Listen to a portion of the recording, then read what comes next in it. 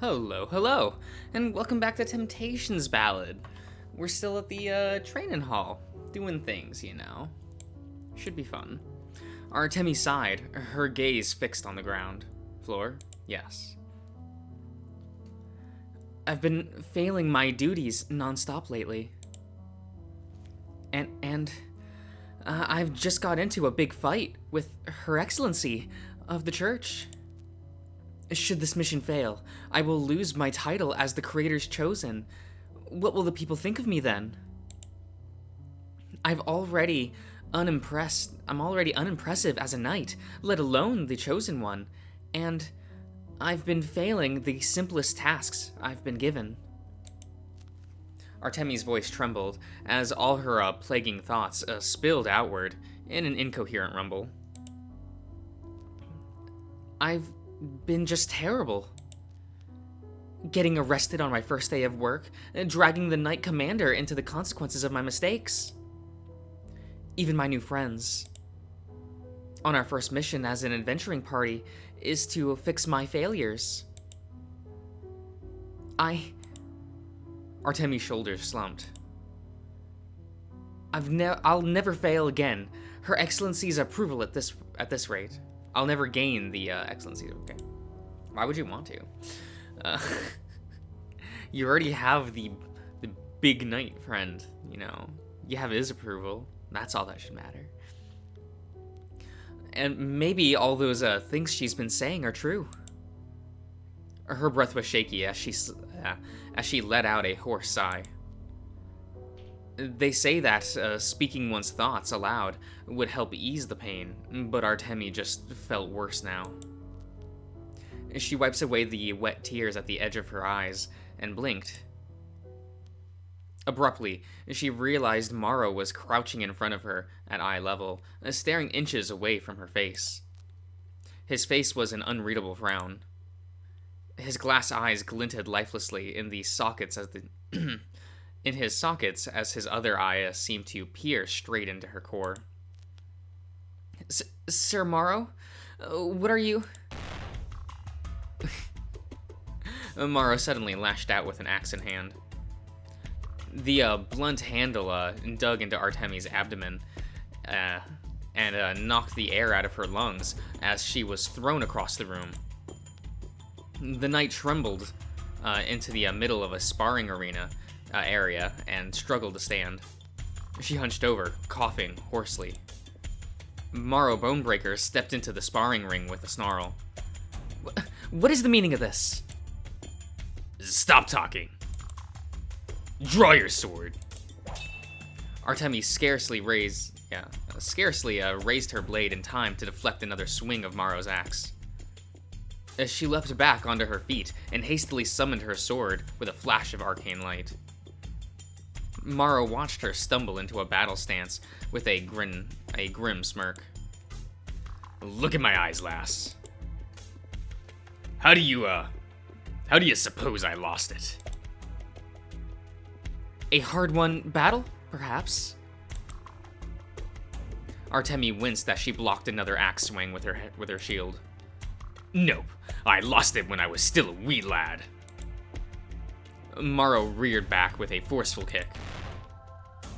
Artemi felt the metal of her shield buckle as it took the blunt of a blow. Her legs were shaking as she was sent skidding backwards.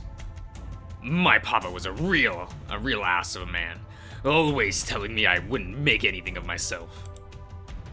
So I wanted to prove him wrong. I attempted a feat so massive and brave that he'd have no choice but to acknowledge me, to be proud of me. You know what happened. You succeeded, right? You're the great Morrow Bonebreaker. Morrow shook his head with a grin. I failed. I lost my eye for my effort. And you know what my father did when he found me, bleeding from my empty eye socket and barely breathing. He just scoffed and left me there. To some people, you're just never gonna be enough. Another swing. Another block. Artemi skidded back further. She felt the wall of the sparring room press against her back. Gulping anxiously, she stared into Morrow's feral grin. You want to talk about failure, lass? I, Morrow Bonebreaker, have been failing nonstop my whole life. Every step, every attempt, I've been a disappointment to someone. But you know what the difference is between you and me? I would never let anyone talk to me the way you're talking to yourself right now. Artemi felt her chest lurch. She ducked under another swing of Morrow's axe, the blade leaving a massive gash in the wall. She swung her sword low towards the hyena's knees, but Morrow sidestepped it with ease. Ha! You still got some fight in you after all. That's it, lass. Face me. All that bullshit you keep thinking about. Pointless. Stand up and fight. Artemi gritted her teeth and tried to bash Morrow aside with her shield. The large hyena took her blow head-on with a laugh and shoved her back. You hear that little voice in the back of your head? The one that's constantly whispering that you're a failure, that you've accomplished nothing throughout your sad, pathetic life. Kick it in the dick and move on. You ain't got time to fight yourself while you're facing the entire world. Morrow barked a laugh, and twirled his axe in his hand. And you sure as hell ain't got no time when you're facing me. I see. Artemi felt the weight of her shoulders lift as she took a deep breath and stepped forward. In the rush of battle, the dreadful voice was drowned out by sheer adrenaline. A small competitive smile spread across her face as she picked herself off the floor. Artemi, yeah, accept your challenge. The feral battle addict grin on Morrow's face grew even wider. Let's see what you've got, lass. For a moment, the air hung still in the sparring room as the two faced each other. Then Artemi charged. Morrow reacted instinctively with his own strike, but she blocked it in the nick of time. The harsh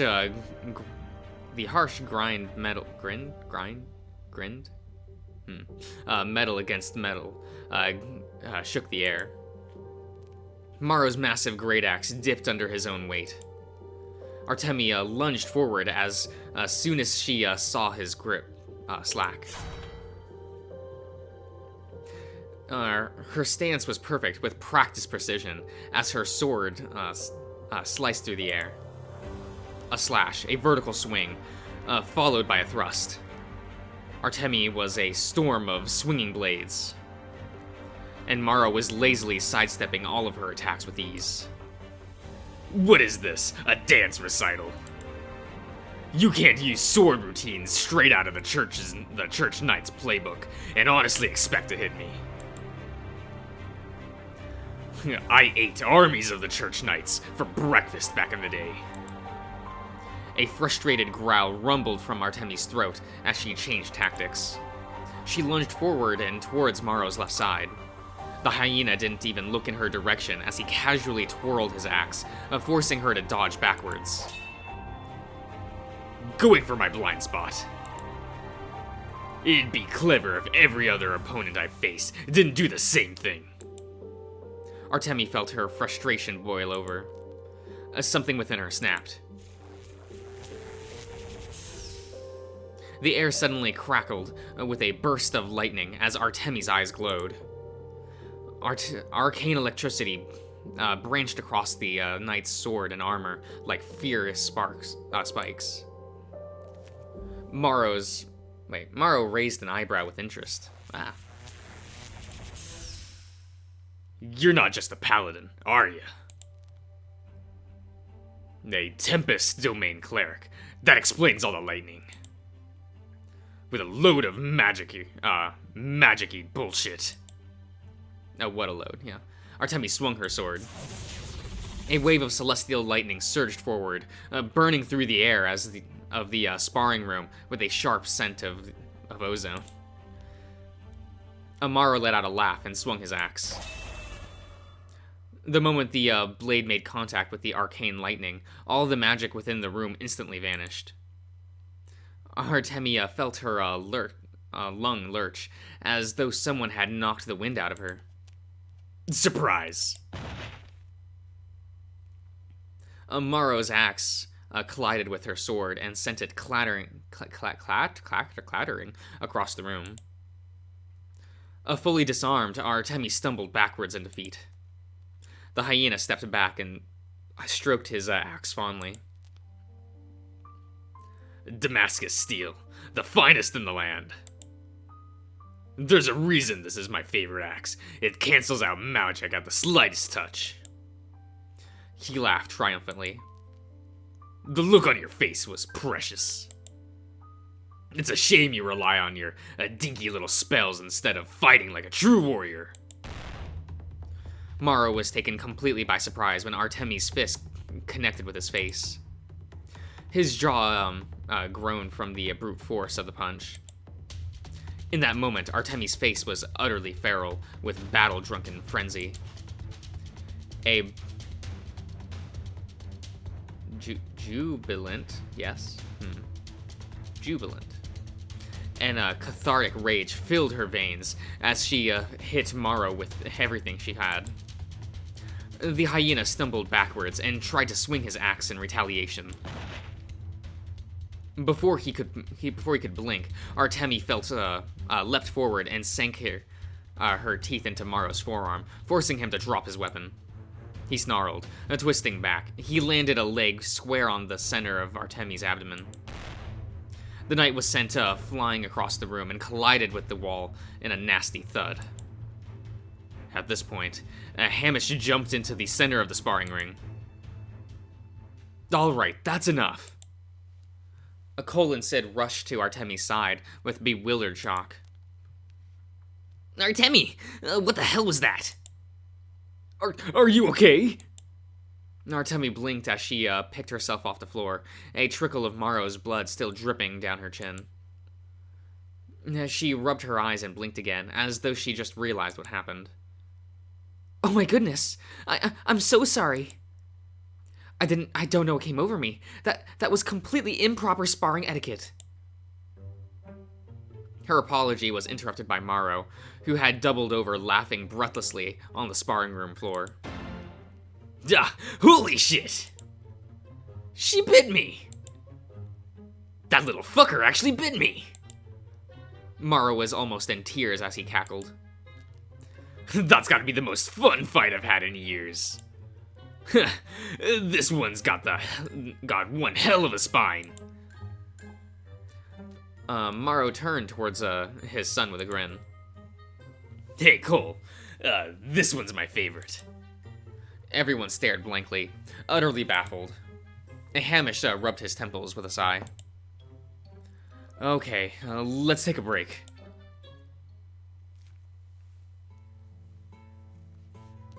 It turned out the taking a break meant being swept up by a wave of enthusiastic and supportive Bonebreaker mercenary men, who immediately showered them with food and beer.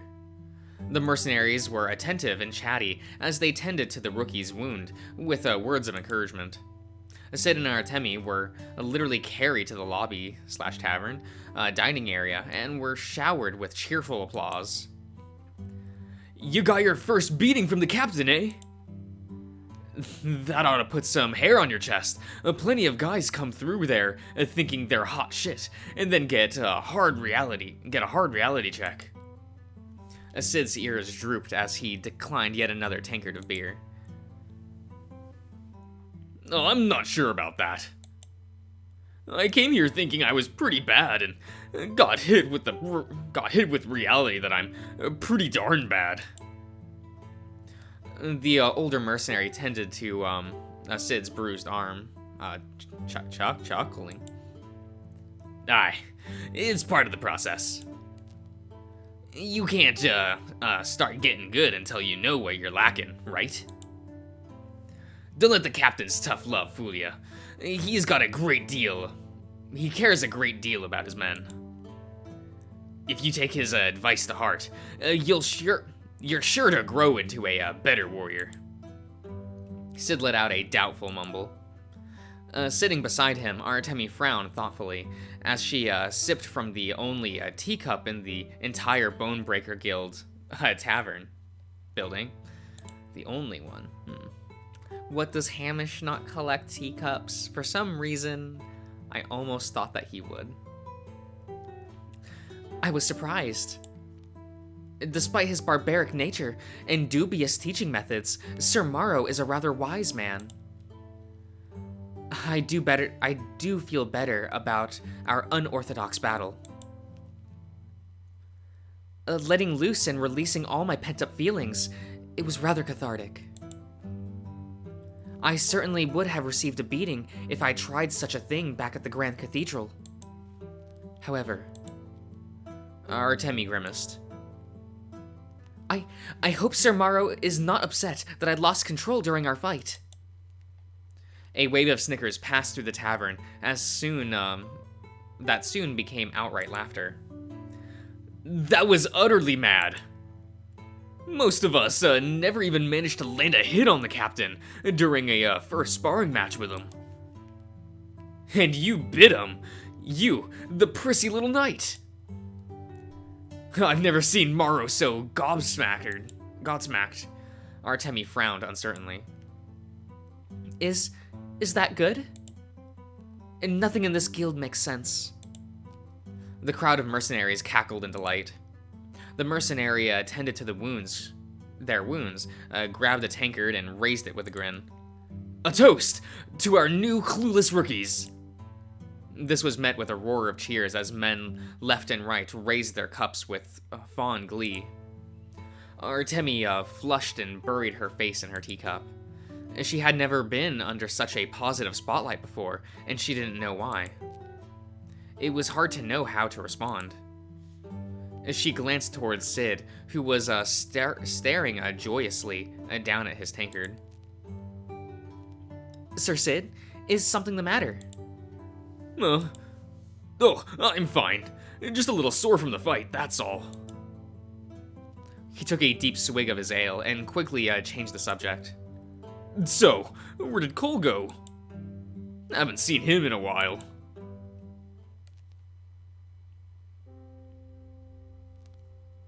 Cole plopped onto a nearby crate and watched expectantly as his father cleaned the blades of his great axe. So, what do you think, Papa, about my new crew?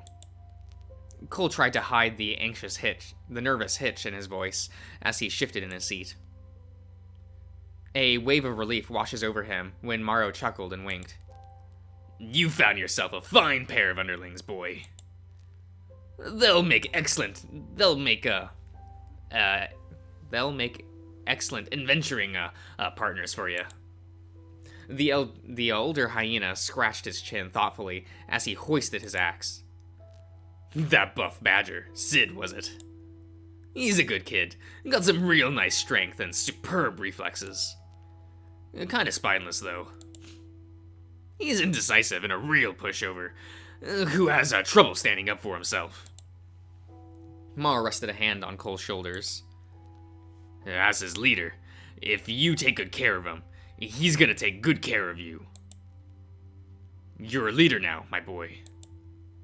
Make sure you give your new underlings the guidance they need. Cole nodded slowly. Yeah, of course I will. Morrow's grin softened fondly as he began bandaging the teeth marks on his forearm. As for that night lass, she's got guts, I'll give her that. Even without that bullshit magic of hers, she's still a force of nature. Good choice, my boy. However, Morrow pauses. When you get to my age, you start to get a sense of people when you cross swords with them. That lass, she's got a lot of bottled up rage. Morrow sighed and shook his head. Reminds me of an awful lot of myself in my younger days. Be careful with that one. Cole winced as he remembered the pure wrath that poured from Artemi when she had confronted him in Clyde's office yesterday. How did you deal with it when you were younger? A teasing grin spread across Morrow's face. That's when I met my beautiful Hamish. He truly tamed me into a better man. Cole scoffed and stuck out his tongue. I don't know, Papa. Out of all the men in the world, you chose that? No man in the world is comparable to my Hammy. Morrow's tone suddenly dipped to a low rumble. I know you two have never seen eye to eye, but never question my love for him. I wouldn't be a fraction of the man I am today if not for Hamish. If you say so.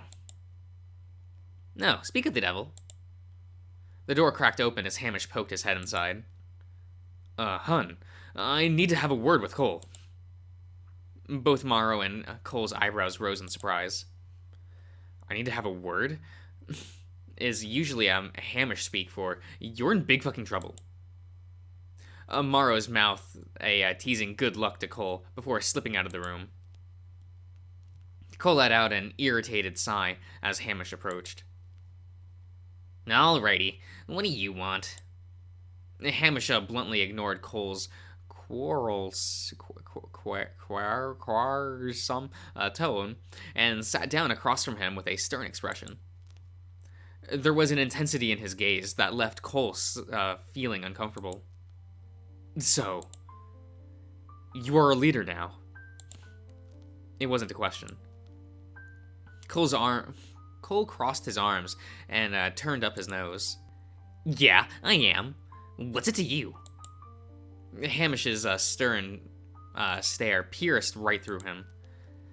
This isn't just about you anymore. You have to do better. What are you talking about? Hamish let out a deep sigh and closed his eyes. Your father was a great and faithful leader throughout his time as the Bonebreaker guild's captain. Everyone in this guild would happily lay down our lives for him. Do you know why? It's because he's done the same for us countless times. Morrow truly loves everyone here. He knows their passion, their concerns, their insecurities, and hard work to build up everyone with undying support. He cares. As a leader and a friend, you need to build a similar relationship with your own teammates and treat them better. Cole shifted nervously in his seat. Well, of course. I've been treating them well. You don't have to worry about that. No. The ruby. Cole felt his stomach drop. How do you know about that? Wait, are you going to rat me out? Hamish shook his head calmly. No. You are the leader now. Admitting your wrongdoings will be your own responsibility. It's not my fault that those two are gullible little suckers. Plus, they'd beat me to a pulp if they knew about the things I did yesterday. Why do I have to? A snarl rose from Hamish's throat. Relationships are valuable. Trust is a risk. If you're not willing to do either, then be alone. You cannot screw them over and then abandon them like you did to Clyde years ago. You're better than this. A red-hot flash of anger bubbled from Cole's chest. He glared at Hamish, blood boiling and vision blurry with indignant rage. Who do you think you are, my dad? You don't know a fucking thing about me. What makes you think you can go parenting me like some sort of glorified nanny? I've got no idea why Papa ever put up with you. Hamish's expression tightened, and he sighed, completely unsurprised. Of course I know you, Cole. I raised you since you were a tiny, crying bundle in diapers.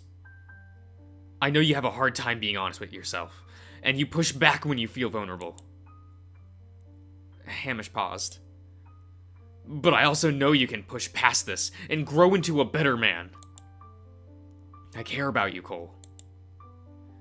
Cole had barely processed Hamish's words before snapping back. Well, I don't give a damn about you. I know. A deathly silence filled the room. Cole managed to compose his racing heart in the lull. His animosity subsided enough to eventually comprehend Hamish's words. As soon as his anger quelled, a twinge of guilt filled Cole's chest. He quietly swallowed it back down. Hamish let out another quiet sigh before standing and dusting off his breeches. That's all I want. That's all I had to say today. Let's move on, shall we? Gather up your teammates. I need to brief them on their mission to find the Princess 4 missing rubies. Cole watched the older hyena walk quietly out of the sparring room, his shoulders low with fatigue. A stubborn part of him wanted to dismiss everything that Hamish said, but that sharp twinge of guilt in his chest was becoming harder to ignore. Okay. I'll end the part here, so I'll see you around, everyone.